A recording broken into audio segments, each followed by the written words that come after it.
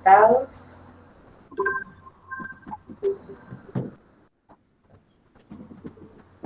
Bueno,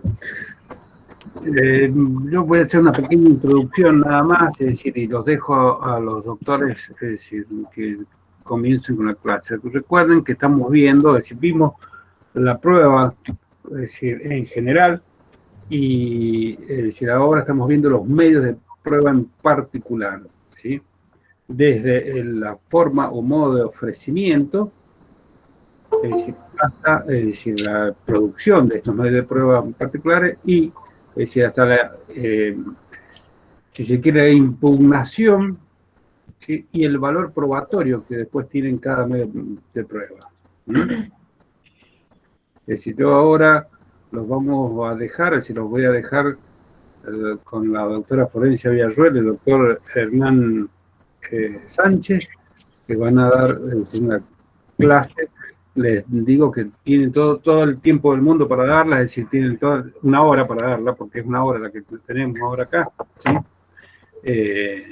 Así que pueden desplayarse todo lo que quieran. Después yo ya el lunes terminaré con los medios de prueba, los otros medios de prueba, y comenzaremos con el tema de la producción de la prueba, sobre todo o especialmente en el tema de las audiencias, ¿sí? No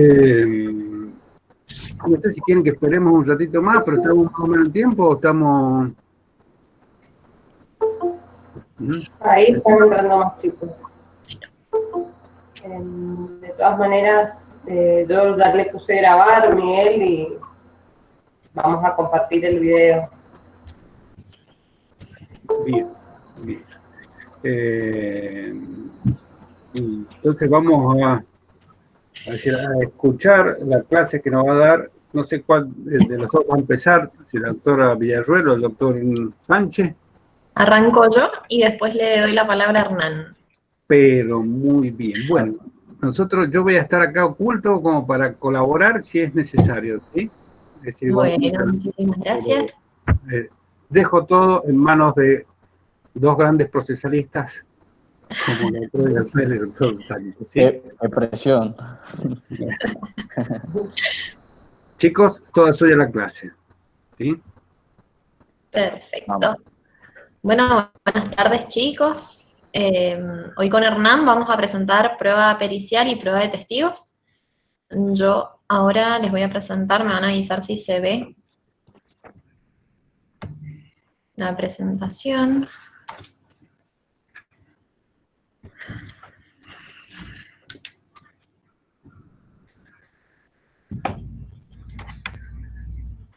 Ahí se empezó a ver. Se empezó a ver, el tema es que yo no la veo ahora. Sí, entra el power rendido.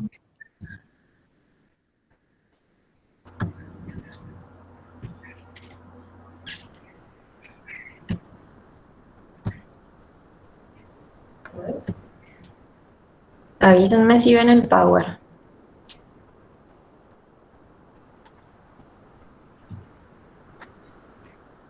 Ahora Sí, Sí se ve. Perfecto. Bueno, como les decía, vamos a dar hoy prueba pericial y prueba de testigos. Yo me voy a encargar de la parte de prueba pericial y el doctor Sánchez de la prueba testimonial. Bueno, vamos a hacer una pequeña introducción. Nosotros en un principio vamos a hablar del momento de ofrecimiento de la prueba. Después vamos a hacer otro repaso respecto al momento de producción de la prueba. Como les dije, yo prueba de peritos y Hernán prueba testimonial. Bueno, el momento de ofrecimiento de la prueba ustedes han estado viendo a lo largo de las clases con la doctora Emma, que el primer momento para poder ofrecer la prueba se da con la demanda. Esta demanda está regulada en el artículo 156 de nuestro Código Procesal Civil, Comercial y Tributario de Mendoza, en el cual nos establece que además de los requisitos subjetivos, vamos a tener que cumplir con ciertos requisitos objetivos y entre ellos se encuentra la necesidad de que nosotros presentemos toda la prueba que obre en nuestro poder, ya sea prueba instrumental, prueba documental, prueba de informes, y también ofrecer, en el caso de que sea necesario, la prueba pericial y la de los testigos. Otro momento en el que podemos ofrecernos la prueba es como parte demandada, cuando nos corre traslado de esta demanda, al momento de contestarla. Que nosotros, bueno, como también ya han visto, vamos a tener que aceptar o negar de manera categórica a cada uno de los hechos que han sido interpuestos en la demanda por la parte actora, y bueno, al aceptarlos o al negarlos, si decidimos negarlos, vamos a tener que presentar prueba de la misma forma que tiene que hacerlo el actor. Otro momento en el que podemos ofrecer también prueba es el momento de contestar el responde, que es cuando nos corre en traslado de la contestación de la demanda. El momento de la producción de la prueba. La producción de la prueba, nosotros, bueno, ya lo van a ver más adelante con la profe Mary, en la audiencia inicial. Entre otras cosas, lo que se va a resolver va a ser la admisibilidad de la prueba que ha sido ofrecida por las partes, y se va a fijar un plazo de producción de esta prueba que no vaya a tener que ser rendida en audiencia final, como es, por ejemplo, la prueba de testigos. También en el artículo 173, inciso G, nos va a establecer que en la misma audiencia inicial el juez va a proceder a designar a los peritos. Ahora, existe la posibilidad, nosotros la prueba pericial, que es de la que yo les voy a hablar, la vamos a tener que producir en este plazo de producción de pruebas. Dentro de ese plazo, que es un plazo fijado, como les dije, en la audiencia inicial, que puede ser ampliado por única vez. Pero existe la posibilidad de que nosotros citemos a los peritos a la audiencia final. Esta solicitud la podemos hacer tanto cualquiera de las partes, tanto actora como parte demandada, o la puede hacer de oficio el juez, en donde le podemos solicitar todas las aclaraciones sobre los puntos a los que fue sometida la pericia. La citación la vamos a hacer por cédula y al domicilio legal o al procesal electrónico que va a fijar el perito al momento de aceptar el cargo. Vamos a tener, en caso de que el perito no pueda asistir a la audiencia, va a tener que avisarlo con una antelación de 5 días, en caso de no poder comparecer, y si no comparece, se le puede aplicar una multa hasta un juz, sin perjuicio de que puedan ser obligados a comparecer por fuerza pública. Bueno, vamos a hablar un poco de qué es la prueba pericial. Ronald Arasi nos la va a definir como un medio probatorio por el cual las personas ajenas al proceso, que poseen conocimientos especiales en alguna ciencia, arte o profesión, y que han sido previamente designadas, perciben, verifican hechos y los ponen en conocimiento del juez, y van a dar su opinión fundada sobre la interpretación y apreciación de los mismos a fin de tomar la convicción del magistrado. La comprobación o la explicación de ciertos hechos controvertidos en el proceso requiere conocimientos que sean técnicos ajenos al saber específicamente jurídico del juez.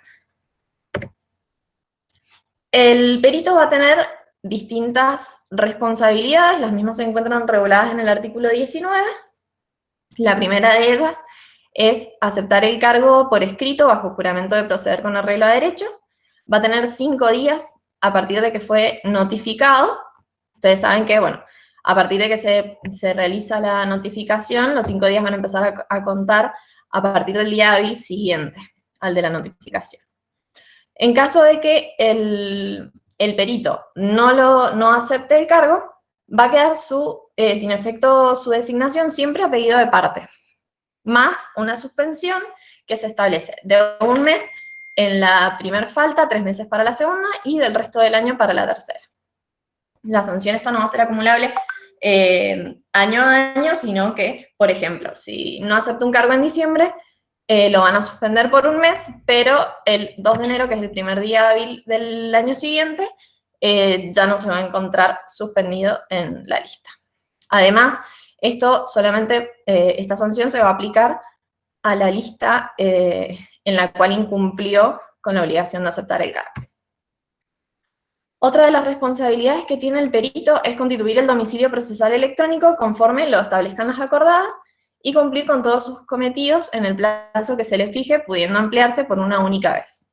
En caso de incumplimiento de su cometido, otra vez a pedido de parte va a cesar en su desempeño sin derecho a recibir ninguna remuneración, y en caso de haber sido elegido por lista, va a provocar otra vez su exclusión por 2 meses en la primera vez, 4 meses en la segunda y el resto del año en la tercera. Flor, Y- disculpa que te interrumpa. Sí. Están pidiendo que vaya un poco más despacio. Ah, perdón. Que no los veo, así que voy Claro, no de las rápido. preguntas. Por eso te interrumpí, perdón. Gracias. Bueno, y acá tenemos entonces las mismas sanciones que en la vez anterior. Como les decía, 2 meses la primera vez que no cumplan con su cometido, o sea, de hacer el informe pericial respecto de cada uno de los puntos que han sido sometidos a pericia. 4 meses en la segunda falta y el resto del año con las mismas salvedades que decíamos en la anterior, que que no van a ser acumulables de año a año, sino que solamente va a ser en el año en el que no cumplan con su cometido, y además esta suspensión en la lista va a ser solamente, bueno, esta exclusión de la lista va a ser solamente para la lista en la cual incumplió con su obligación. Además, otra de las cosas que tenemos que tener en cuenta, que el perito va a poder ser recusado en los casos previstos en el artículo 14. O sea que podemos recusarlo en los mismos casos que podemos, o sea, por las mismas causales por las cuales podemos recusar al juez. Esto ustedes lo vieron cuando vieron procesal parte general, cuando vieron a la figura del juez. Lo deben haber visto, pero bueno, vamos a hacer un repaso rápido. Esto lo vamos a resolver por auto, previa vista por 3 días al recusado.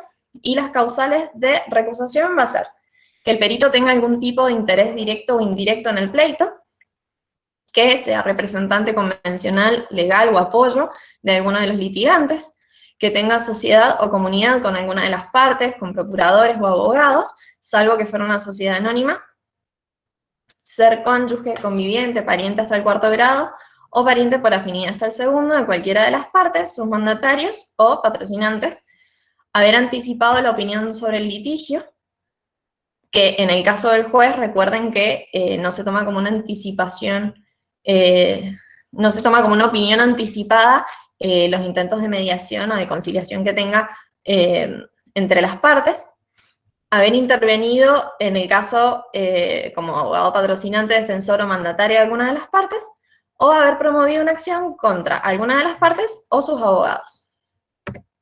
Así también, hay motivos que son de sospecha, que tienen que ser puestos en conocimiento del tribunal, que es en el caso de que el cónyuge, el conviviente, el pariente hasta el 4º grado o pariente por afinidad hasta el 2º tengan un interés directo o indirecto en el pleito, antes o después de iniciado el proceso, o sociedad o comunidad con alguna de las partes, procuradores o abogados, salvo que fuese una sociedad anónima. Y también cuando medie cualquier otra circunstancia que permita dudar fundadamente de la idoneidad subjetiva, en este caso del funcionario recusable. Bueno, va a ser necesario que nosotros hagamos una distinción teniendo en cuenta si estamos hablando de profesiones u oficios que se encuentran reglamentados o de los cuales se expidan títulos habilitantes en el país. En ese caso, el tribunal que ejerza la superintendencia de cada circunscripción judicial va a llevar registros anuales y se va a enviar copia a cada tribunal.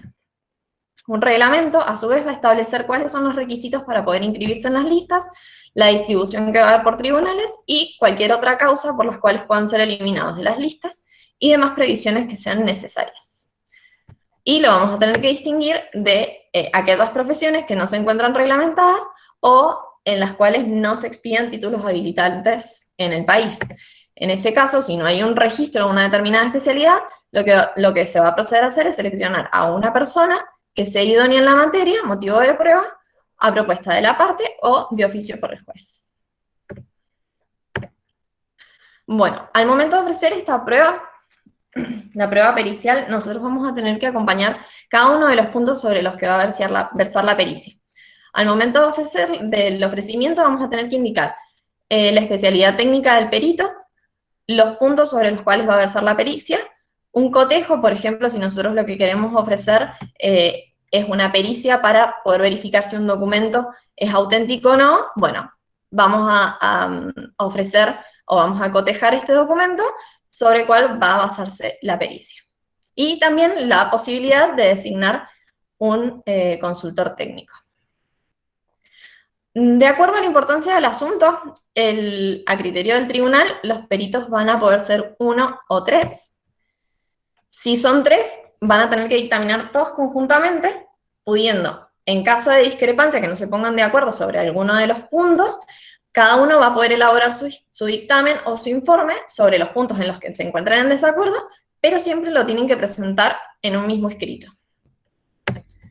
La forma de designación también va a depender de la cantidad de peritos que vayan a actuar. En el caso de ser 3 peritos, va a elegir uno de la parte actora, un perito de la parte demandada, y el juez va a elegir el tercer perito, sorteándolo de la lista de profesionales.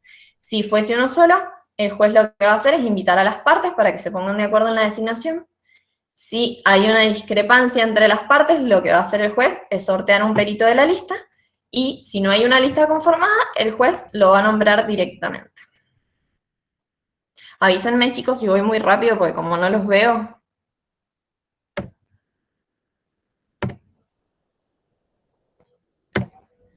Bien, después vamos a tener la figura del consultor técnico. La figura del consultor técnico es una institución que no estaba regulada en el Código de Podetti y que ha sido incorporada en la reforma del Código Procesal Civil, Comercial y Tributario de Mendoza. El consultor técnico es una persona que es especializada en una ciencia, en un arte, en una industria, una actividad técnica, que va a actuar defendiendo los intereses de la parte que lo propone dentro del proceso. Lo vamos a diferenciar del perito en un sentido estricto en la circunstancia de que, mientras el perito es un auxiliar del juez o del tribunal y adquiere su condición procesal a raíz del nombramiento que va a hacer el juez y de la subsiguiente aceptación del cargo que tiene, como habíamos dicho, dentro de los 5 días de que fue notificado, el consultor técnico es un defensor de la parte que lo designa para que le asesore en los ámbitos de la técnica ajenos al específico saber jurídico. ¿Qué va a hacer entonces? O sea, ¿en qué momentos puede actuar el consultor técnico? Bueno, al momento de hacer el examen previo, puede asistir el consultor técnico. Al momento de que se presente el dictamen pericial, que ya lo vamos a ver más adelante, y queramos hacer alguna observación, el consultor técnico puede hacerlo.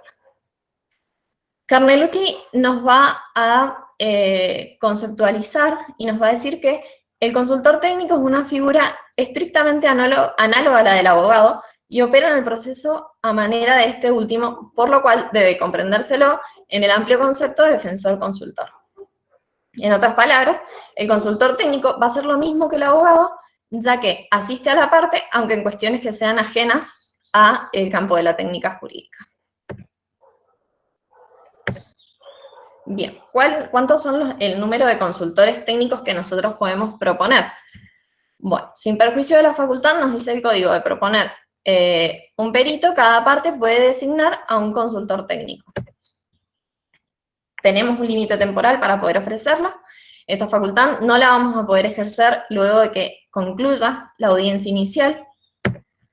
En el caso de los litisconsortes, también van a tener que designar un solo consultor técnico que los represente, porque como dijimos es uno por parte, y el litisconsorcio importa tener varias personas que se encuentren en la calidad tanto de actor como de demandado. Entonces, si no se ponen ellos de acuerdo en la designación del consultor técnico de su parte, tanto de actor o demandada, el juez va a sortear uno entre los que ellos hayan propuesto. Respecto al reemplazo, es una facultad que la parte que va a solicitar o a ejercer esta facultad de proponer al consultor técnico de poder reemplazarlo, ya sea porque se ha dado cuenta que su consultor técnico no va a cumplir o que no ha ido, por ejemplo, al examen previo. Entonces, tiene esta posibilidad de poder reemplazarlo. Bueno, este reemplazo va a tener que tenerse por configurado solamente con la manifestación de la parte. No vamos a necesitar una conformidad de la contraria, ni una decisión judicial, sino que solamente es suficiente la manifestación dirigida al juez de querer reemplazarlo. Esta intervención del reemplazante va a tener un límite por aplicación del principio de preclusión que tenemos regulado en el código, el reemplazante del consultor técnico original no va a poder pretender una intervención que signifique retrogradar la práctica de la pericia. O sea, si va a intervenir un nuevo consultor técnico, no puede pretender que se haga nuevamente una pericia, sino que va a tener que tomarla en el estado en el que se encuentre. Con respecto a los honorarios del consultor técnico van a ser soportados exclusivamente por la parte que lo designa y no va a integrar la condena en costas. Bien, bueno, acá vamos a ver el reconocimiento y el examen previo. El perito va a tener uno de los deberes, es comunicar al tribunal la fecha y la hora en la que va a realizarse el reconocimiento o el examen, si correspondiere, que se va a llevar a cabo dentro de un plazo no mayor a 10 días desde que se aceptó el cargo. Vamos a notificar a las partes en el domicilio procesal. Recuerden, esto lo tenemos regulado en el artículo 68 de notificaciones, si no me equivoco es en el inciso E, en el que se establece que se notifica por cédula al domicilio procesal. Las facultades de las partes es que van a poder asistir a la diligencia, pueden ir personalmente o acompañados por sus consultores técnicos en caso de que los hayan propuesto antes de finalizada la audiencia inicial, y van a poder hacer las observaciones que creyeren necesarias. Esto tiene un límite establecido por el juez de concurrencia de las partes, de oficio o a pedido de la parte que va a ser sometida a la pericia. El juez va a poder limitar esta facultad de los litigantes de asistir según el tipo de pericia de que se trate, en la medida de que en la misma se puedan ver afectados derechos personalísimos. Imaginemos en el caso de una pericia psiquiátrica que se hace un menor, en ese caso pueden verse afectados derechos personalísimos o pericias que se hagan sobre personas, por ejemplo, para ver el grado de incapacidad que han sufrido, si hablamos de una demanda de daños y perjuicios provocados por un accidente de tránsito. Bien, después vamos a tener el tema del adelanto de gastos. Previo a elaborar el dictamen, el perito lo que puede hacer es solicitar un adelanto de los gastos necesarios para la labor que vaya a realizar, presentando siempre el presupuesto correspondiente. Siempre de estimarlo total o parcialmente procedente, el juez va a emplazar a la persona que ofrece la prueba a que en el plazo de 5 días deposite el monto solicitado bajo apercibimiento de tener por desistida esta prueba que ofreció. Si la prueba la ofrecen en forma directa o por adhesión por ambas partes, el adelanto va a ser aportado en forma conjunta por las dos partes en proporciones iguales. Ahora, ¿qué pasa si la parte que ofrece esta pericia goza del beneficio de litigar sin gasto o que la pericia pueda haber sido dispuesta de oficio? Bueno, en este caso no se les va a ser exigible este adelanto. Conjuntamente con la presentación del informe, el perito va a tener que rendir cuenta documentada de la utilización de los fondos que le hubieran sido adelantados y depositar el dinero que les haya sobrado. Bien, ¿qué pasa en el caso en que no se les sea exigible al oferente en los casos en que no sea exigible al oferente de la pericia el adelanto de gastos o, como dijimos recién, que puede ser la persona que goce del beneficio de litigar sin gastos, o que la prueba haya sido dispuesta a oficio? Bueno, en este caso el perito va a poder excusarse de realizar la pericia sin que ello lo haga pasible de las sanciones que habíamos visto anteriormente por las cuales no cumplía con su cometido. O sea que no va a sufrir la sanción de ser excluido de la lista de peritos. Bueno, vamos a tener acá el informe o el dictamen de perito. El plazo para presentar el perito el informe o el dictamen va a ser en un plazo de 20 días desde que aceptó el cargo o desde que se realizó el reconocimiento o el examen previo.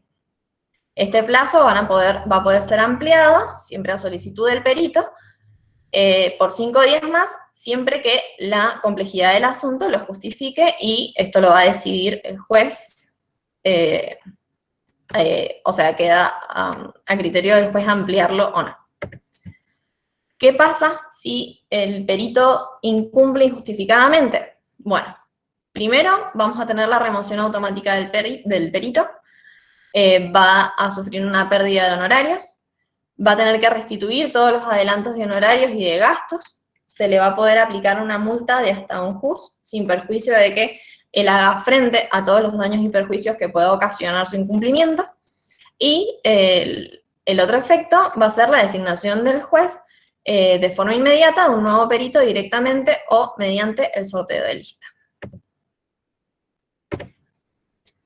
Bien, el dictamen del perito va a tener que ser imparcial y va a tener que detallar los principios científicos y prácticos y todas las operaciones experimentales o técnicas en las cuales vaya a fundarse y todas las conclusiones a las que haya llegado respecto a cada uno de los puntos sometidos a pericia. Si el informe o el dictamen no comprende todos esos puntos que nosotros al momento de ofrecer la pericia, vieron que yo les comentaba que al momento de ofrecer la pericia tenemos que poner cada uno de los puntos que van a ser propuestos, o sea, sobre cada uno de los puntos que va a tener que explayarse. Bueno, si no los comprende a todos, si no se ajusta a lo dispuesto en cuanto a la forma de actuar y dictaminar, o adoleciera de cualquier otra deficiencia que pueda restarle eficacia, tanto de oficio o a pedido de parte, se le va a solicitar que realice las correcciones correspondientes. El plazo que van a tener las partes para poder pedir que haga estas correcciones va a ser de 5 días desde la notificación por cédula del decreto que dispone la agregación al expediente. El plazo con el que va a contar el perito para poder hacer sus correcciones es de 5 días, y la sanción aplicable en caso de que no realice las correcciones va a ser pérdida de honorarios, reintegro de los adelantos de gastos y los honorarios, y las demás sanciones previstas en el artículo 19, o sea que va a ser excluido de las listas de peritos en el año en el que haya incumplido. Bueno, ahora vamos a ver el tema de los honorarios de los peritos. Acá vamos a tener que hacer la distinción según se trate de honorarios de perito único. En este caso vamos a tener un principio general que nos va a establecer que el honorario del perito único va a ser de un 4% del monto del juicio, nunca va a poder ser inferior a un cuarto de juz, ni va a poder ser superior a 20 juz. Entonces, suponiendo que tenemos una demanda de 500.000 pesos, el 4% va a ser de 20.000 pesos, perdón. Quiere decir que es superior a un cuarto de juz e inferior a 20 juz. La excepción que tenemos es que podemos aumentar este porcentaje a un 6% del monto del juicio, siempre limitado al monto de 20 juz.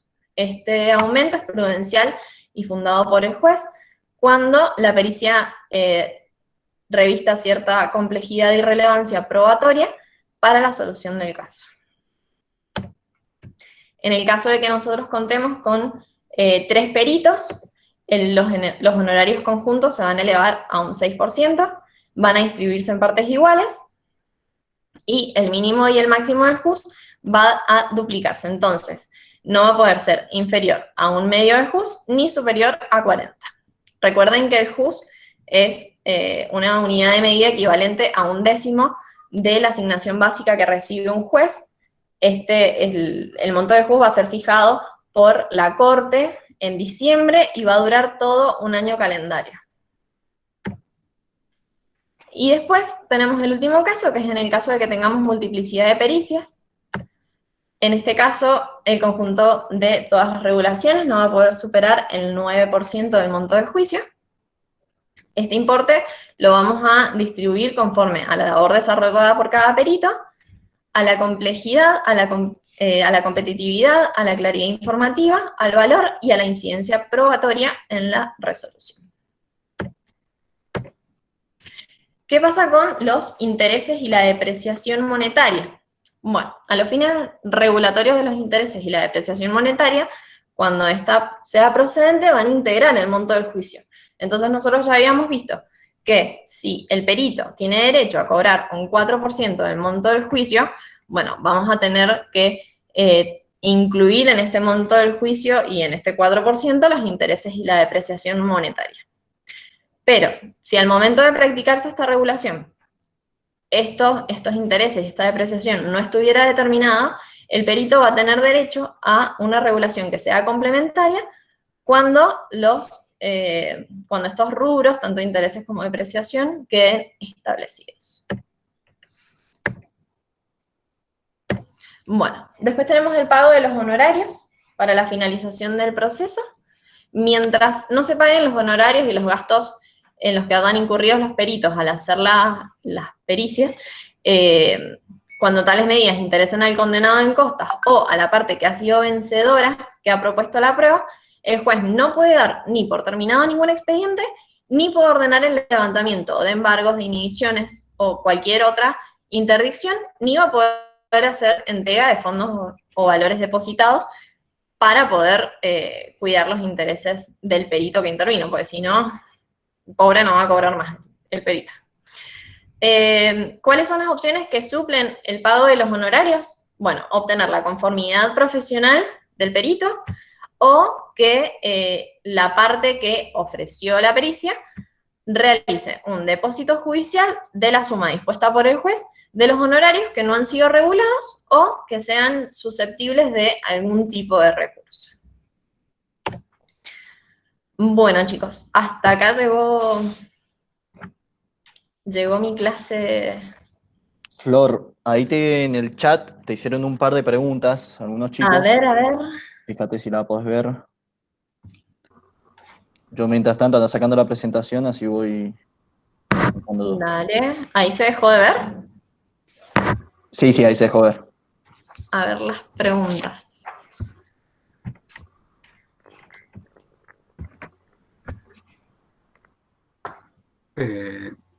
Flor, no sé si querés que habiliten los chicos el micrófono, sí, si quieren ir haciendo las preguntas. Claro. Perdón, yo iba muy rápido y no lo...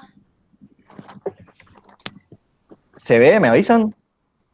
Sí, no. Sí, se ve. No sé si... Bueno, a ver, Vanessa acá. Acá Vanessa pregunta por qué estaría obligado a aceptar. Bueno, el perito voluntariamente se inscripto en esta lista, en el caso, bueno, de que haya sido sorteado, elegido por las partes, está obligado a aceptar el cargo para poder hacer la pericia. Ahora, si él no lo acepta, solamente va a ser desplazado a pedido de parte y no lo va a hacer el juez de oficio. No sé si está Vanessa. Sí, hay una pregunta ahí. Hola, sí. Sí. Lo que pasa que no entendía de dónde salía, o sea, más o menos tenía la idea de lo de las listas, pero de la obligatoriedad así en la clase de que por qué iba a ser sancionado si él no aceptaba. A eso me refería. O sea, sí está obligado a aceptar el cargo. Una vez sorteado. Exacto, en el plazo de 5 días él tiene la obligación de aceptar este cargo. ¿Y esta notificación de 5 días es por algún motivo? Porque si él está obligado, no sé si me explico. A ver, Miguel, no sé si... ¿Cómo es, Vanessa? Si está obligado... No, porque, claro, porque dice que se lo notifica por 5 días para aceptar el cargo. Pero si no acepta, es sancionado. O sea, él tiene la obligación de aceptar. ¿Cuál es el sentido de notificarlo? Que se entere, nada más. O sea, podrían ser 5... ¿Cómo? Pero a ver, ¿notificarlo de qué? ¿De la sanción o notificarlo de la aceptación? El que salió sorteado. No, por supuesto, el sentido es que salió sorteado. Es decir, a ver, que fue elegido. Él se propuso, ¿sí? Pues se propone en la Corte Suprema, en una lista de profesionales, y él se propuso y se sorteado. Tiene el deber porque se puso a disposición, ¿sí? Tiene el deber de aceptar, a no ser que esté dentro de las causales de excepción y que él diga, mire, esto me cabe dentro de alguna de las causales y por eso no lo puedo aceptar, ¿sí? pero Claro, o sea que ese plazo de 5 días, por si llega a tener alguna causal que lo claro, exceptúen, bien. pero aparte, pensá, Vanessa, que el perito tiene que ir a aceptar el cargo al tribunal, ¿sí? Ah, ok. Entonces tiene 5 días para ir a presentarse al tribunal. Tiene que dejar de trabajar un día Bien. para ir al tribunal y presentarse. Vengo a aceptar el cargo del perito. Acepta, firma un acta que está aceptando el cargo. ¿Sí? Está siendo responsable del tema. Hay otra consulta acá, otra pregunta, que es el consultor técnico. Dice, si el consultor técnico es lo mismo que el perito de parte, Flor. Bien. Bueno, el perito de parte lo teníamos regulado con anterioridad, pero... A ver... Les digo lo siguiente, a ver, consultor técnico es un perito de parte.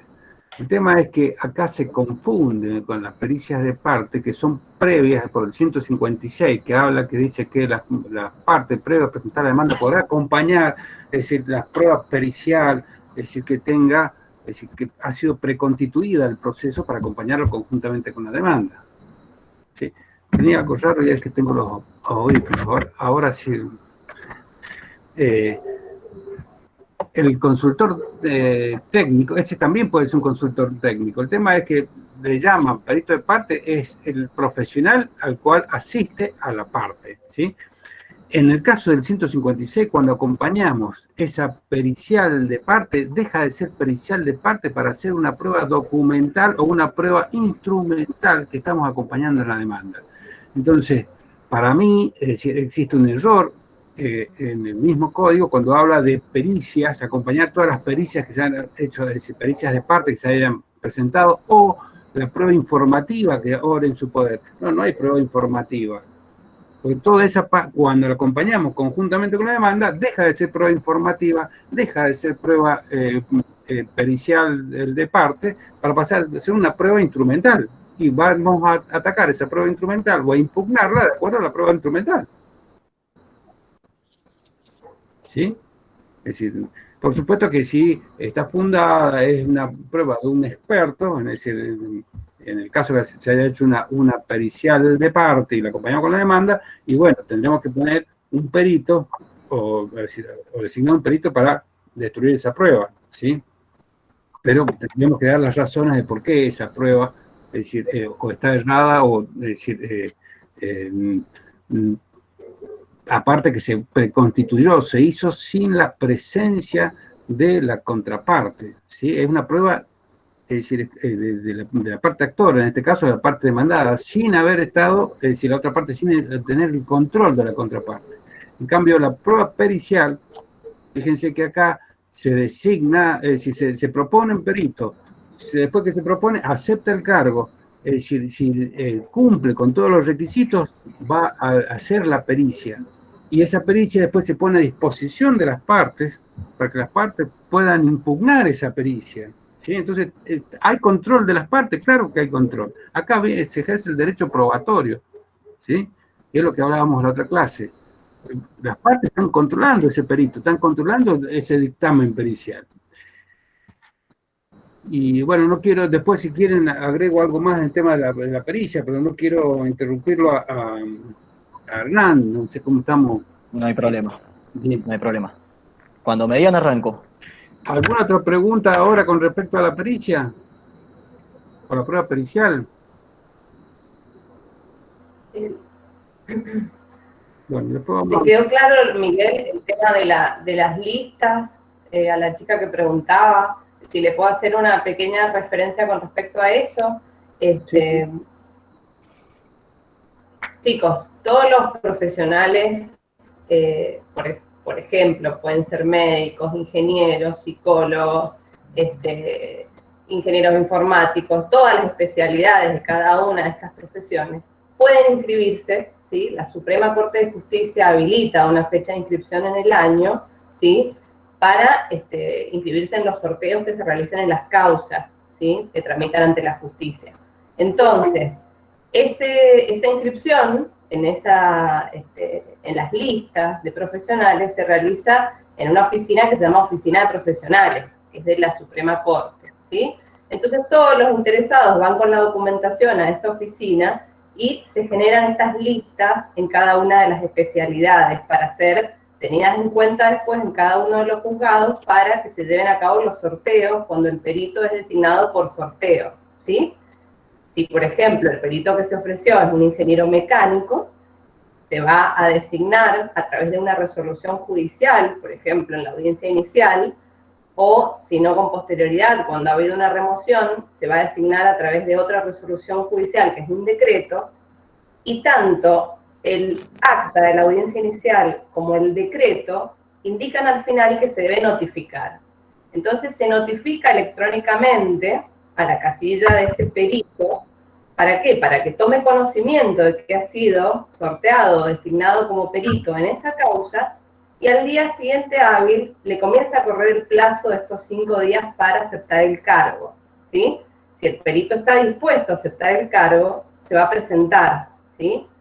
Como dijo el profe Miguel, se hace un acta en donde él acepta ese cargo y ahí ya se le fija una fecha para que presente la pericia. Recién Flor dijo 20 días, desde la aceptación de cargo o desde que realiza los exámenes, por ejemplo, en el caso de un médico, desde que le da turno a la persona para que vaya a hacerse ver. Entonces ahí se cuentan 20 días y se le vencería el plazo para presentar la pericia. Puede pedir una ampliación, como dijo Flor, según la complejidad del caso, por 5 días más. Pero esa sería ahí la mecánica con respecto a la lista de profesionales.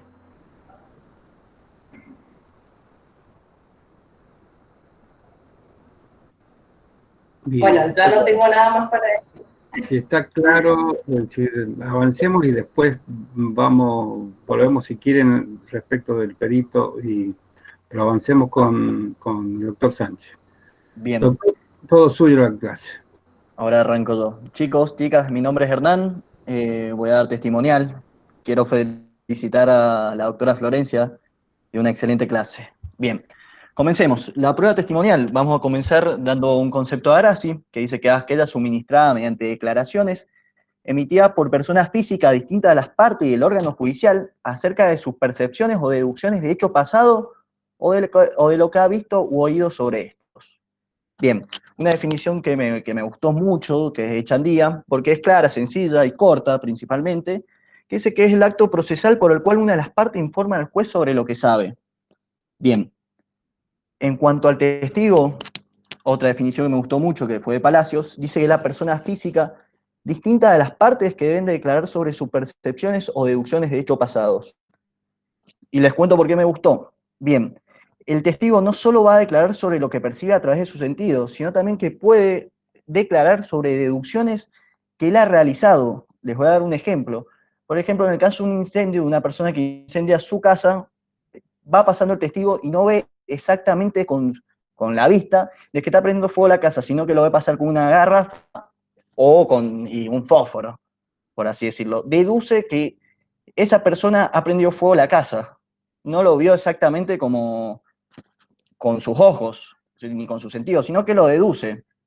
Bien, esto lo explico porque clásicamente, en la doctrina clásica, se ha dicho que solo es testigo el que lo ha percibido con sus sentidos.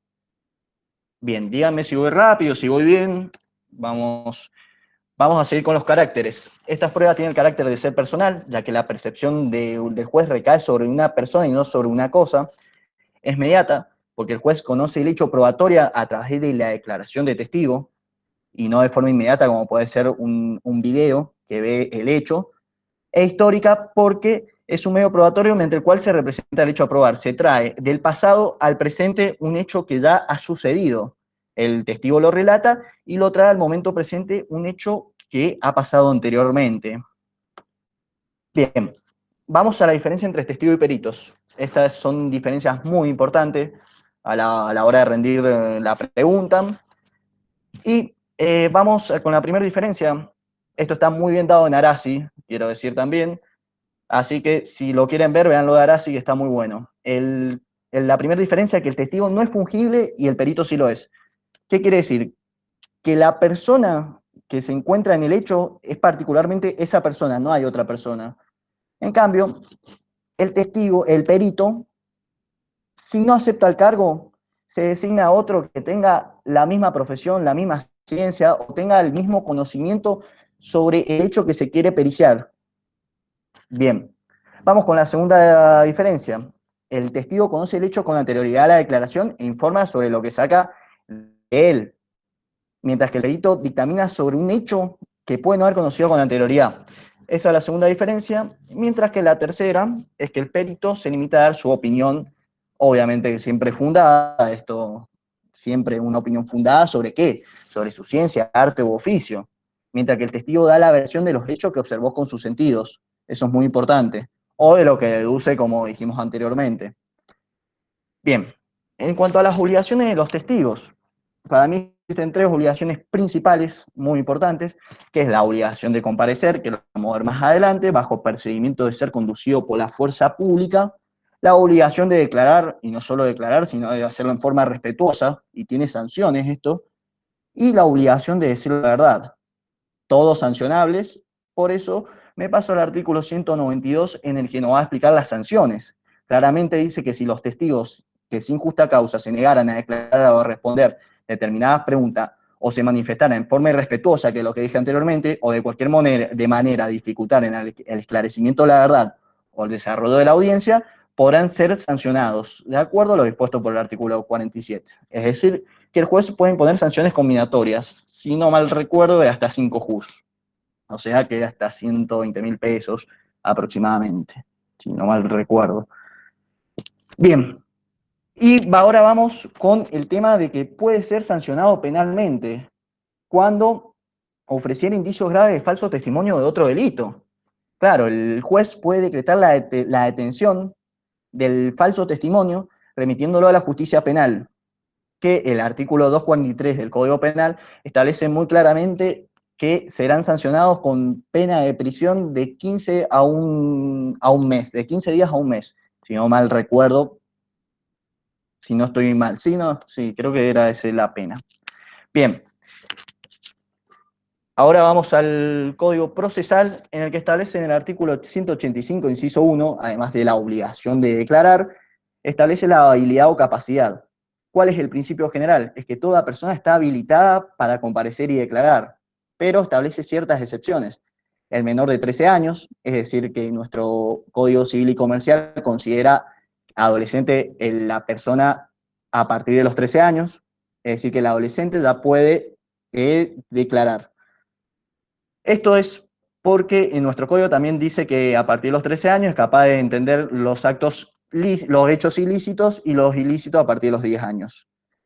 Bien, que tenga algún impedimento para hacerlo, relativa a condiciones físicas, morales, mentales o intelectuales, y algunos familiares, como parientes afines en línea recta, padre, madre, abuelo, suegros, nueras y yernos, y hermanos y cónyuges, aun cuando estuvieran separados de hecho, o el conviviente. Eso están excluido a la hora, hay una prohibición absoluta a la hora de declarar.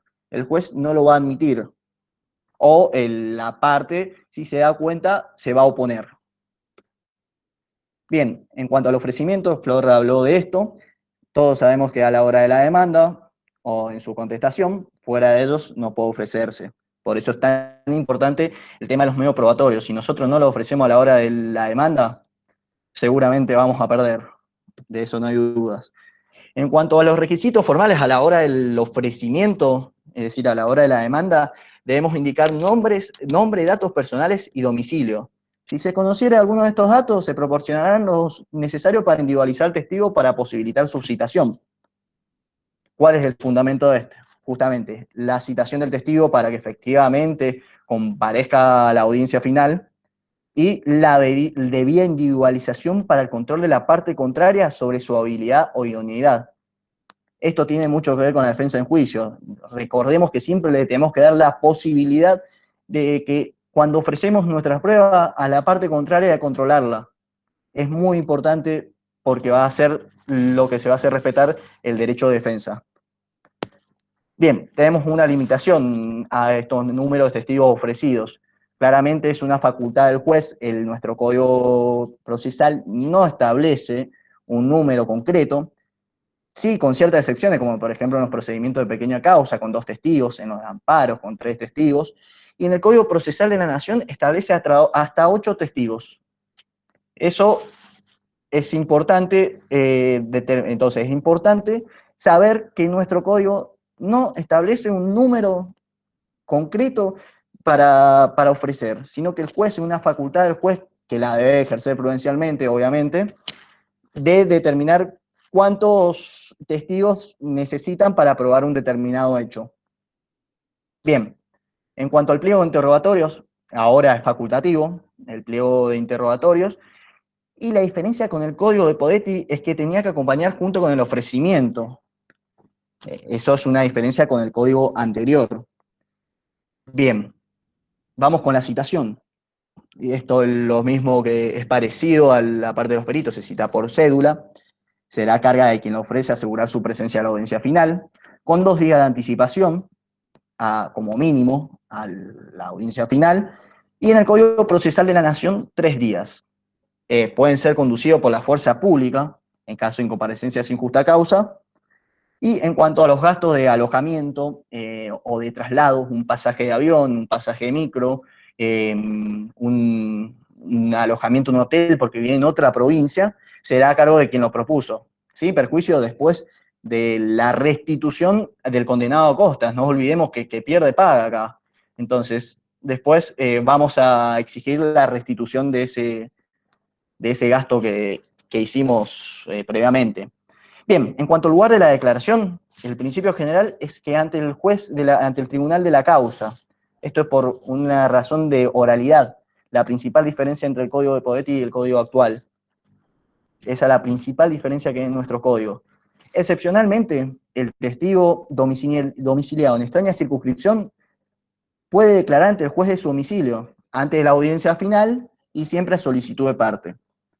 Bien, también puede declarar en otro lugar, si la inspección del lugar donde ocurrió el hecho contribuyese a la declaración del testigo, puede declarar en ese lugar.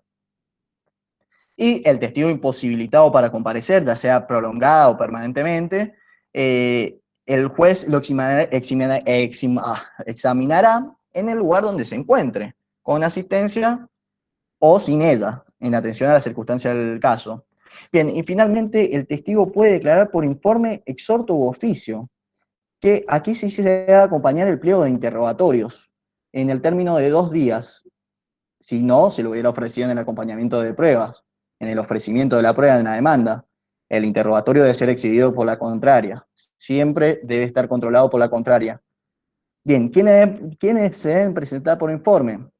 Bien, presidente, vicepresidente, gobernador, vicegobernador, intendente, ministros. Bueno, esto está en el código, esto lo pueden ver perfectamente. Me parece que esto se lo dejo a ustedes para que luego lo vean en el código.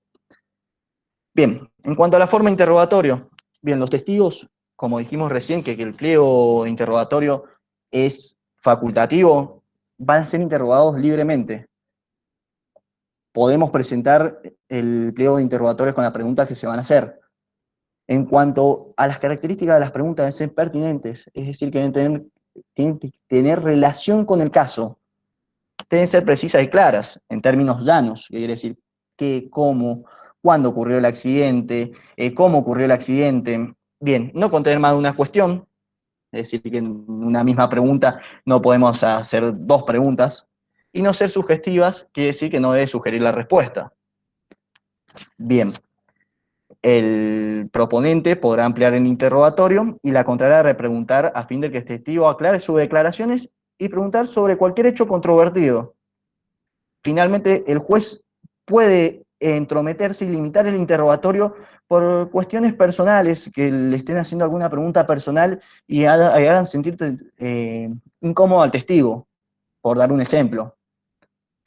Bien, vamos en cuanto a la recepción de las declaraciones, un momento muy importante. Esto también lo preguntan mucho en la mesa.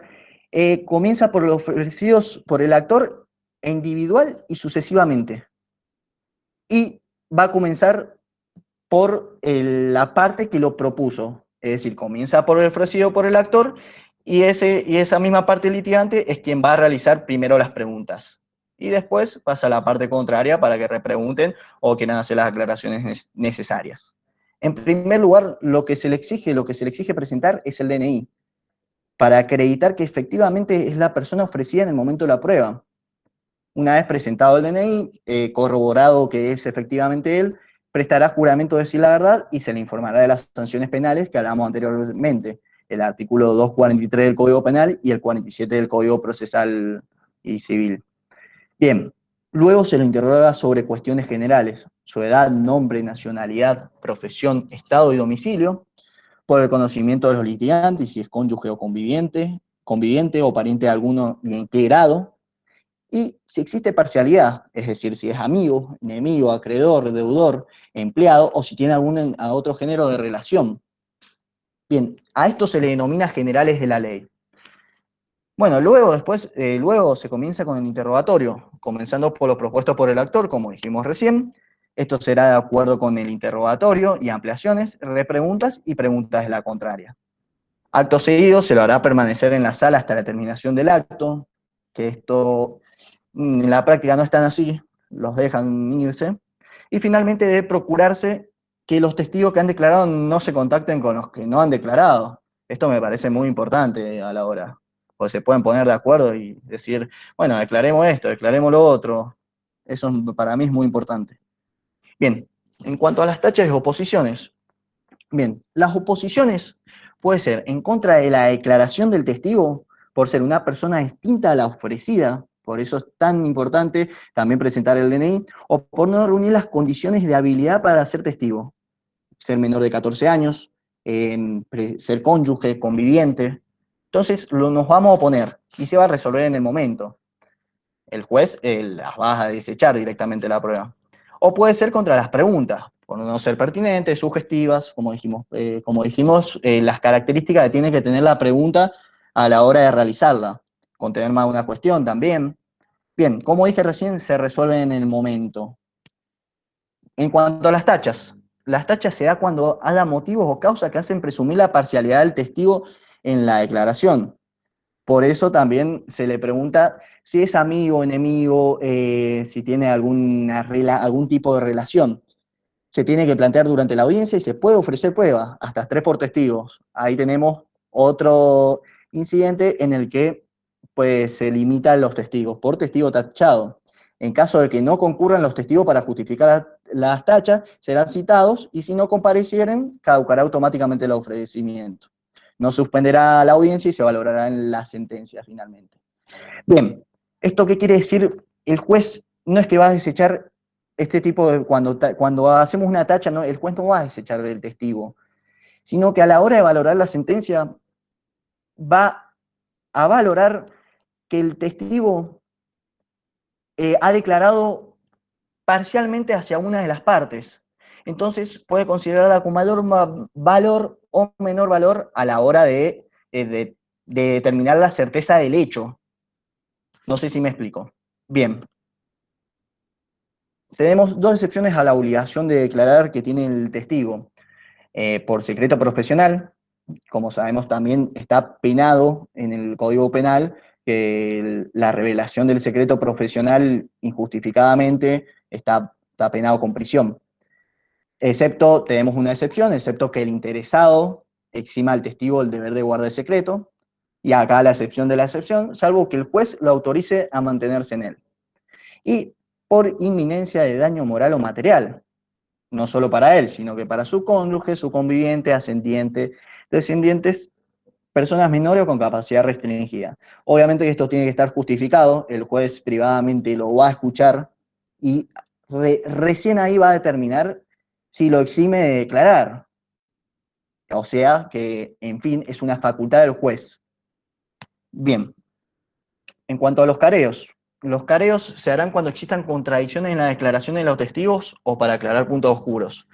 Se comienza con la lectura de las declaraciones de quien han de ser careados y luego se le concede la palabra sucesivamente a uno u otro. Sobre los puntos que estuvieran en desacuerdo, asentándose lo que manifiesten al respecto. Esta prueba también será admitida por el juez cuando sea útil y pertinente. Bien. Y, señores, No sé si tienen alguna pregunta que hacer. Hasta acá ha llegado mi conferencia, mi clase, digo.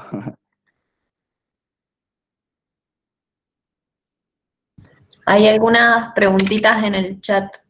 Ok, vamos a ver, vamos a sacar esto y vuelvo.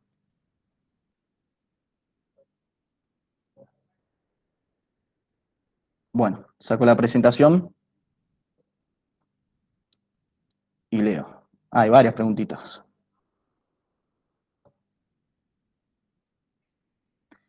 Bueno, ¿a dónde empieza? Mientras las buscas, a ver, una de las chicas había preguntado si los Power los subimos y sí, Euge, no sé si vos te encargás de subir los Power al aula. Sí, me los mandan y los subimos. Dale, yo te lo paso en un ratito.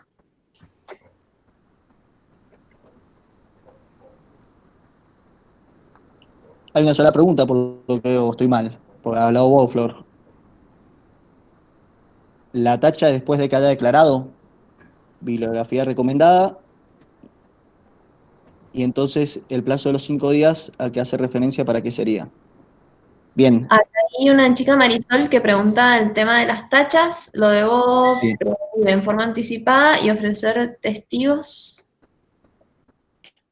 Ah, acá hay y el tema de las tachas. A ver, capaz que no le hago la pregunta verbalmente, capaz que no me he expresado bien. ¿El tema de las tachas se hace después de que ha declarado o se hace en forma anticipada? Porque en realidad tiene que ser en forma anticipada, pero como después dice que después lo va a valorar en la sentencia, ahí me confunde. ¿Qué va a valorar en la sentencia? ¿La tacha o la declaración? Que quedó invalidada. Bien, va a valorar, vos si hacés la tacha, podés incluir en tus alegatos la parcialidad que tuvo a la hora de declarar el testigo. Así el juez a la hora de hacer la sentencia, de declarar la sentencia, puede valorar esa parcialidad. No sé si querés agregar algo, Miguel. Sí, a ver, la tacha, el objeto de la tacha es porque el testigo declara, es decir, existe una imparcialidad en la declaración del testigo. Porque si yo la planteo antes, no puedo plantearla antes, sino que lo que voy a poner antes va a ser una oposición a que declare el testigo, no una tacha. ¿Sí? La tacha es porque claro, hay parcialidad en la declaración del testigo. Entonces, por eso se supone que primero declara y luego se plantea la tacha. Si yo la planteo antes, no tiene sentido, porque, ¿qué voy a decir? Es parcial el testigo si todavía no declara el juez, me va a decir que todavía no declara. En todo caso, lo que yo puedo hacer es oponerme a la declaración de ese testigo porque está dentro de los testigos excluidos por la ley, por ser un menor, es decir, de 12 años, porque es pariente, es decir, afín, en línea recta, o porque es alguno de los parientes consanguíneos, o es un cónyuge, aunque sea separado de hecho, dice el 185. Sí, sé la diferencia, o sea, le explica el código el tema de por cuándo procede la oposición y cuándo la tacha. El problema es que me confunde el tema de la tacha, porque dice que por cada tacha se pueden ofrecer testigos, o sea, como que yo lo tengo que prevenir en forma anticipada, por eso no entiendo en la práctica cómo No, que sí, claro, a ver, si yo, esto es para el caso de que yo pueda presumir que ese testigo va a declarar en forma parcial porque es empleado del actor, o empleado del demandado. Entonces, yo lo que tengo que hacer, o porque es amigo y no se ha dicho nada acá. Es decir, acá hay algo es decir, que el doctor acá aclaró y es las generales de la ley. Esto no puede pasar de largo para ningún abogado, es decir, cuando el testigo está con las generales de la ley, que es la evaluación que estamos haciendo de ese testigo, primero con el número de documento, y uno dice, no, a ver, si el número de documento siempre es la persona, no siempre coincide. Es más, no siempre coincide el nombre. Yo siempre pongo de anécdota, es decir, he tenido que ir a audiencia y oponerme a la declaración de una señora porque en la demanda se ofrecía a Blanca o Blanquita Esteves, ¿sí? y resulta que la señora se llamaba Florencia Esteves, pero le decían Blanquita. Pero a mí en la demanda ofrecieron a la señora, no dijeron el número de documento, por eso es algo muy importante también cuando se ofrece el testigo, es colocar el número de documento, porque en ese caso no ofrecieron el número de documento y acá traían a Blanquita Esteves, no a Florencia Esteves. Entonces me opuse a la declaración porque una persona que comparecía con la general de la ley, dije, me voy a poner a la declaración de ese testigo, porque no está citado esa persona, está citada Blanquita Esteves. ¿Se dan cuenta? Por eso es muy importante en la audiencia estar muy atento con las generales de la ley para ver qué es lo que dice el testigo y tener un panorama más o menos, cuando se ofreció el testigo a hablar con nuestro cliente, decirle, che, estos testigos, ¿se conocen? ¿Conoces a alguno de estos testigos? ¿Tiene algo en contra tuya alguno de estos testigos? ¿Pueden ser empleados de esta persona? Es decir, a ver, porque nosotros vamos a prestar atención en eso y vamos a ver qué es lo que declaran. Me ha ocurrido audiencias que han comparecido la mamá, es decir, del actor, es decir, como testigo, y para declarar. Es decir, por supuesto que le hacen yo no sabía, es decir, pero cuando la mujer se presenta, porque tenía un apellido diferente, cuando la mujer se presenta y dice que es la mamá de todo, y por supuesto me opongo a la declaración, porque son uno de los testigos excluidos. Entonces, a lo que voy es muy importante la general de la ley, estar muy atento a la general de la ley. Y si el testigo dice, sí, es decir, lo conozco, la primera pregunta que le vamos a hacer es para que diga si es amigo, es decir, y cómo es su trato con el actor. Y va a decir, yo lo conozco hace muchos años, pero no soy amigo, es decir, si es un amigo de trato frecuente, no es un amigo de trato frecuente, eso es lo que hay que consultar. Y si fuera amigo y declara, sí, soy amigo de hace 20 años, me conozco con el actor, es decir, si fuera nuestro testigo, lo que hay que preguntarle es que si ese grado de amistad le impide decir verdad dentro del proceso. Antes que la otra parte me lo ataque al testigo porque dijo que es amigo, es decir, de trato frecuente con el actor. ¿Me explico? Sí, ahora sí lo entiendo un poco más, claro. Fíjense que todo esto tiene incidencia. Todo lo que habló acá los doctores, tanto Florencia como Hernán, tiene toda incidencia dentro de esa audiencia, que es donde más atención tenemos que prestar, estar atentos los abogados ahí. ¿Sí? Bien. Y si quisiéramos ofrecer una prueba, es decir, de testigos para declarar la parcialidad de ese testigo, es decir, en realidad no lo he visto, y el otro día lo hablamos, no lo he visto en 30 años de profesión, no lo he visto, pero podría llegar a ofrecerse y el juez podría pedir hacer un cuarto intermedio para citar a esos testigos y bueno, que declaren esos testigos. Y la otra cuestión es el careo que habló también acá el doctor Sánchez. El careo es exclusivamente entre testigos, no hay careo entre testigo y litigante. ¿Sí?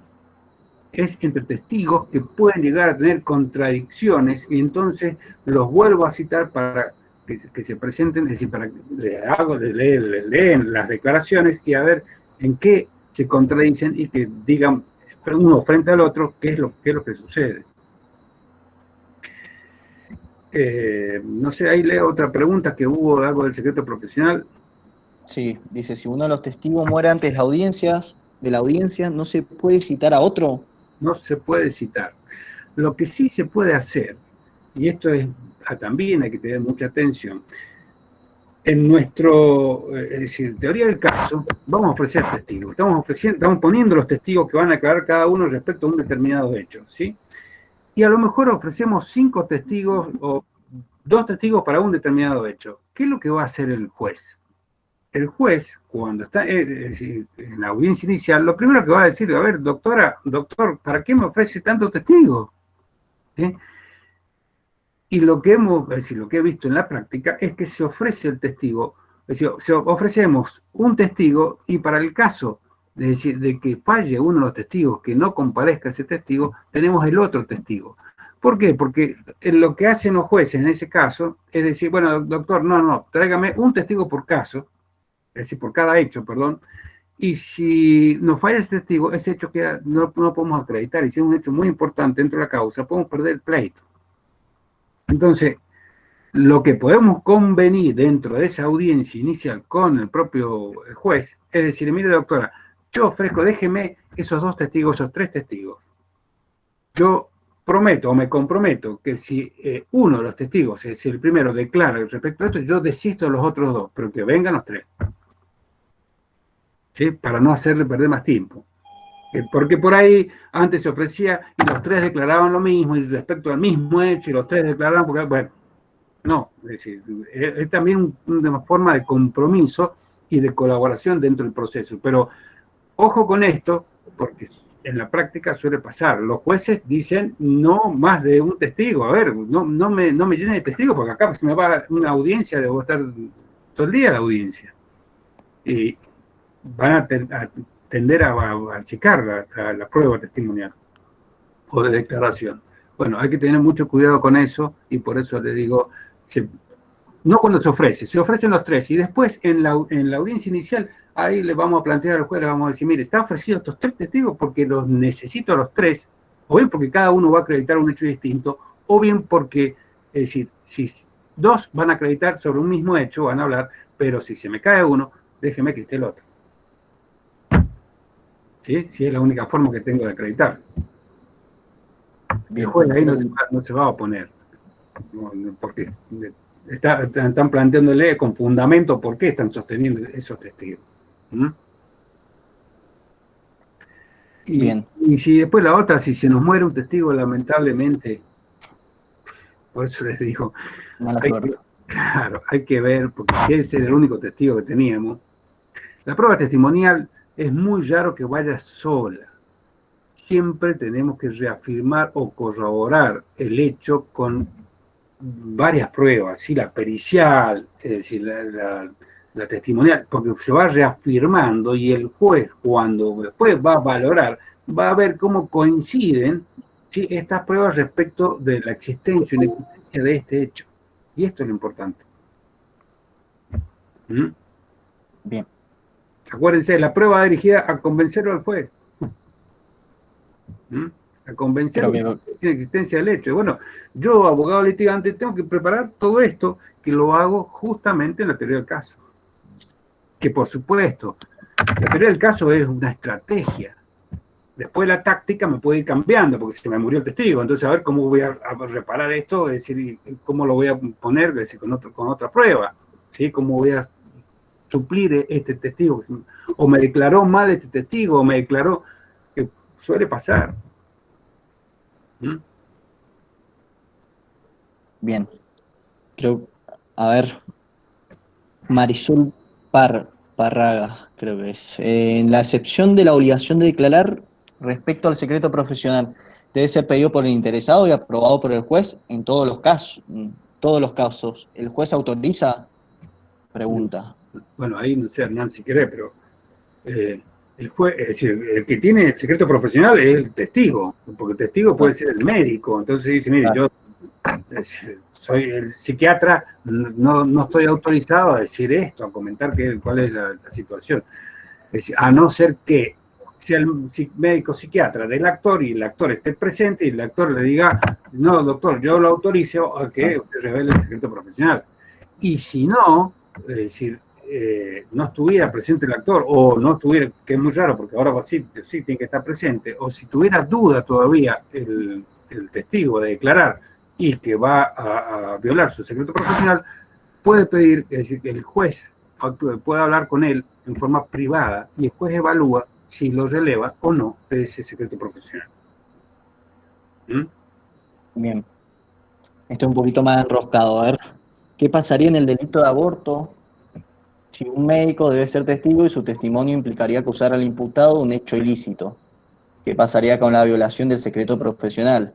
¿Le podría demandar el imputado por acción privada al médico por no guardar el secreto profesional? Ya estamos en el área penal. Sí. Es decir, y Ya acá, pasamos al otro lado. claro, puede conservar el secreto profesional, claro que puede conservar el secreto profesional, lo puede llegar a relevar, es decir, la parte también lo puede pasar de la misma situación, ¿sí? Pero lo que pasa es que si el profesional, en este caso, fue coautor del delito, ¿y qué quieren que le diga? Es decir, si fue coautor, tiene que, va a responder, es decir, o lo van a imputar, ¿sí? No tiene obligación de declarar contra sí mismo, pero lo van a buscar por todas partes. Y si no fue, es decir, porque lo recibió después, supongamos que se provoca un aborto, es decir, en forma privada, y después cae a un hospital público, y después el médico lo atiende el médico de guardia, y ese pasa a ser testigo.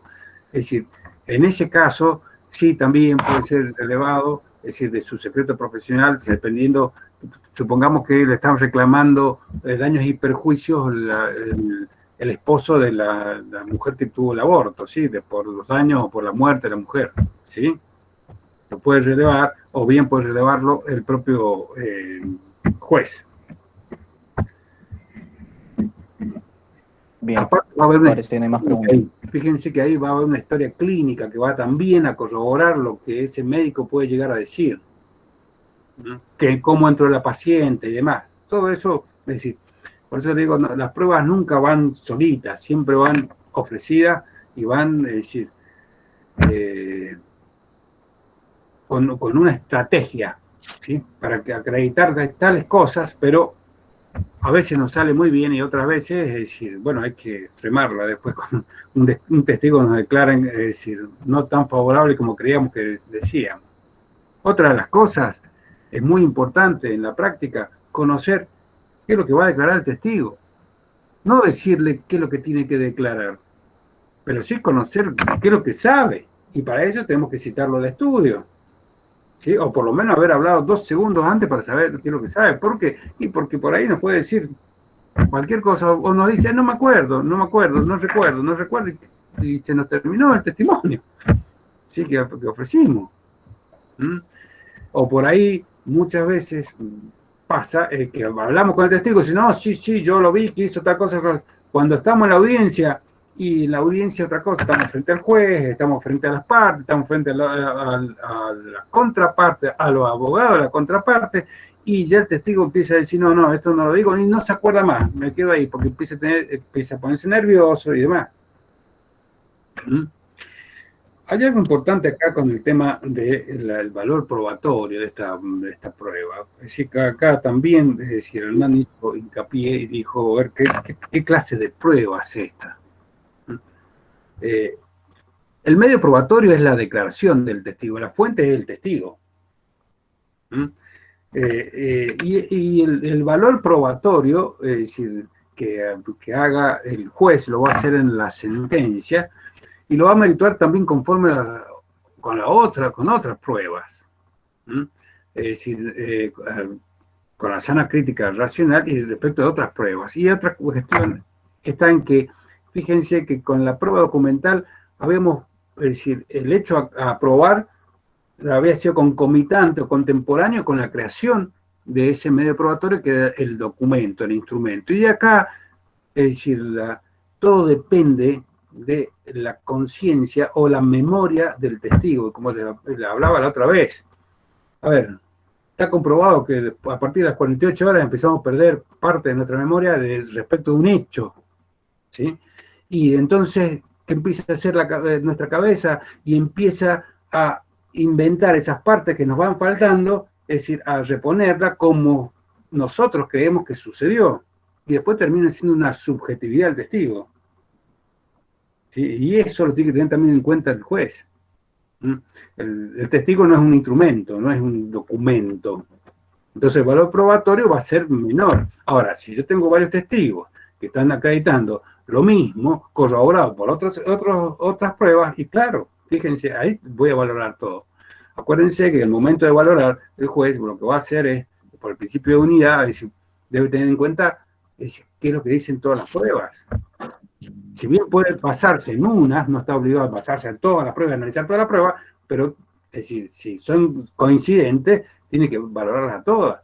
Y si no, va a rechazar o va a tener en cuenta, es decir, esta impugnación que se le hizo al perito con la tacha, va a decir si es parcial la declaración o no en el momento de la sentencia, cuando compruebe con otras pruebas.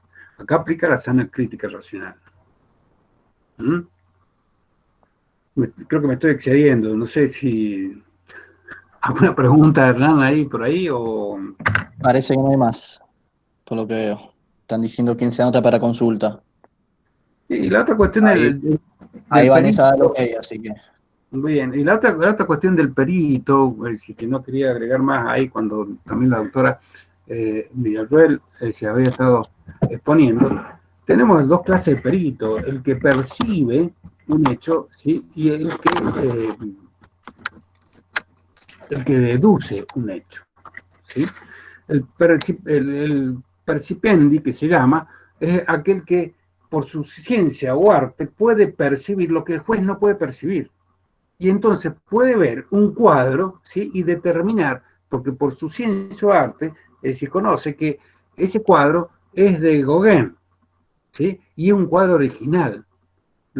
¿Sí? Lo ve, lo percibe y puede transmitirlo y decirlo, mientras que el juez a lo mejor no conoce respecto del tema de arte. ¿Sí? Ese es el percipendi, y el testigo, es decir, que deduce, es aquel que a través de su técnica o arte va a ir a ver el hecho que se ha comprobado, por ejemplo, las fotografías, y decir cómo se dio el accidente, cómo sucedió de acuerdo a su ciencia o arte. Va a decir, de acuerdo a la rayada que tengo con las fotografías, que son 120 metros, el vehículo venía a tanta velocidad, está deduciendo cómo se produjo el hecho. Y esto el juez después tiene que valorar en la sentencia también, y tiene que ver, es decir, ¿cómo lo va a valorar? ¿Por qué? Porque parece que lo que dice el perito, acuérdense cómo era, que era una prueba donde el juez no podía valorarla por sí mismo, ¿sí? Era una prueba donde tenía que basarse, el medio probatorio es el dictamen, ¿sí? Tenía que basarse o tenía que apoyarse en lo que decía el perito. No puede hacer uso de sus conocimientos propios. Pero ¿cómo valora esto? Está a expensa, está atado a lo que el perito diga. Cuando estamos frente a una pericia científica, siempre está atado. No puede el juez abrirse, sí. El juez se puede apartar porque dicen que el juez es perito de peritos. Por supuesto, para apartarse de lo que dice el dictamen, tendrá que fundarlo. Y fundarlo muy bien con las demás pruebas. ¿Sí? Pero para apartarse y para valorar eso, ¿sí? Lo que va a tener que hacer es tener ciertos estándares de prueba que dicen. ¿Cómo valoro esa prueba? A ver, yo no soy científico, yo soy juez, pero no soy científico. Ahora, yo lo que tengo que hacer para valorar ese medio probatorio es decirle al perito, al que tiene la ciencia o arte, de dónde saca, cómo fundamenta su dictamen, de dónde lo saca. Y lo saco porque la ciencia dice, bueno, ¿quién de la ciencia lo dice? Y de ahí voy, ¿quién de la ciencia o quién es decir, porque a lo mejor pasa lo mismo que con nosotros, es la doctrina o la teoría minoritaria. ¿Sí? Y eso lo tiene que fundar el perito. Y yo, juez, que no tengo conocimiento, tengo que ver cómo lo está fundando y de dónde lo está fundando, y lo puedo preguntar. Y yo, si quiero impugnar esa pericia, también tengo que preguntarle. Porque, a ver, estamos hablando de cosas científicas, de astronomía o de matemática, y claro, yo me voy a quedar ahí esperando a ver lo que me dice el perito. Pero hay forma de analizar esos estándares de pruebas, es decir, para decir qué es lo que voy a buscar a ese perito, que me convenza de dónde lo está sacando ese informe. ¿Sí? No del manual Peuser o de porque en la facultad me enseñaron así. Ojo, y no, si no corregirme ahorita, muchos peritos se enojan cuando uno impugna y le dice, porque esto es así. Bueno, no es así porque él quiere. ¿Sí? Tiene que fundar su pericia. Es decir, tiene que fundar de dónde lo saca. ¿Quién es el libro? ¿Cuál es el fundamento? ¿Cuál es la doctrina? Que se basa él para venir y decir por qué me estoy basando en esta y no en esta otra. Y convencerlo al juez de que esta es la apropiada. Y convencer a los abogados, por supuesto, los abogados tendremos que también estudiar, y por eso también es importante este consultor técnico. ¿Mm? Y bien hechos los dos, es decir, me encantó las dos, es decir, clases, explicaron, es decir, todo. Lo que sí tenemos que tener en cuenta estas cuestiones, es decir, al momento de valorar, ¿qué valor tenemos? ¿Mm? ¿Cuál es el valor que le tiene que dar el juez? No es todo mecánico, no es lo que dicen los peritos, ¿sí?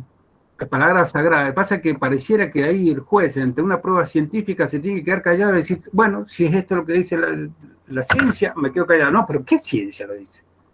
Dentro de la ciencia tenemos, es decir, escuelas, ¿sí? O tenemos sociedades, ¿sí? El mundo está apuntando hacia esto. Sí, la mayoritaria de los científicos, las teorías están haciendo en esto. Y hay otras teorías que apuntan a esto. A lo mejor el perito está basándose en una teoría, la menos científica, o la que más es decir, cuestionada está. No quiero agregar más nada, es decir, a ver, ¿alguna pregunta o quieren que pasamos al...? Parece que no hay más preguntas. Hernán y Florencia, muchísimas gracias por la clase. Es decir, ya después haremos las devoluciones. Sí. Las críticas. Pero muchas gracias. Gracias, chicos. Gracias. Gracias a ustedes. Gracias a ustedes, profes. Vamos con las preguntas, es decir, para la consulta, si les parece. ¿Las ha organizado Euge? Sí, va a preguntar Stephanie. ¿Está conectada, Stephanie? Sí, hola, profe, ¿cómo están? Buenas noches. Hola, Stephanie. Bien, ahora sí me escucha. Nada, quería preguntar sobre la unidad 3. ¿A qué se refiere en el programa sobre eficacia de la prueba extraprocesal? ¿O de dónde podría estudiarlo? Porque no lo encuentro. Eficacia de la prueba extraprocesal. Es un punto que me ha quedado colgado. No te Sí, escuché. La eficacia de la prueba extraprocesal. Es decir, que sería la prueba que se da fuera del proceso, ¿sí? Y cómo la vamos a incorporar. ¿Qué puede ser? Un expediente, otra prueba que está dada en otro expediente, ¿sí? Que fue hecha en un expediente que se relaciona con el tema, pero esa prueba no sirve, lo podemos traer. Pero lo que acá en esa eficacia, el juez cuando va a valorar esa prueba, va a valorarla nuevamente en este proceso, no con la valoración que le dieron en aquel proceso, pero la pueden traer, ¿sí? También puede ser una declaración o una confesión, como hablamos el otro día, que haga una de las partes, en un video, es decir, y nosotros lo incorporamos, se dio fuera del proceso.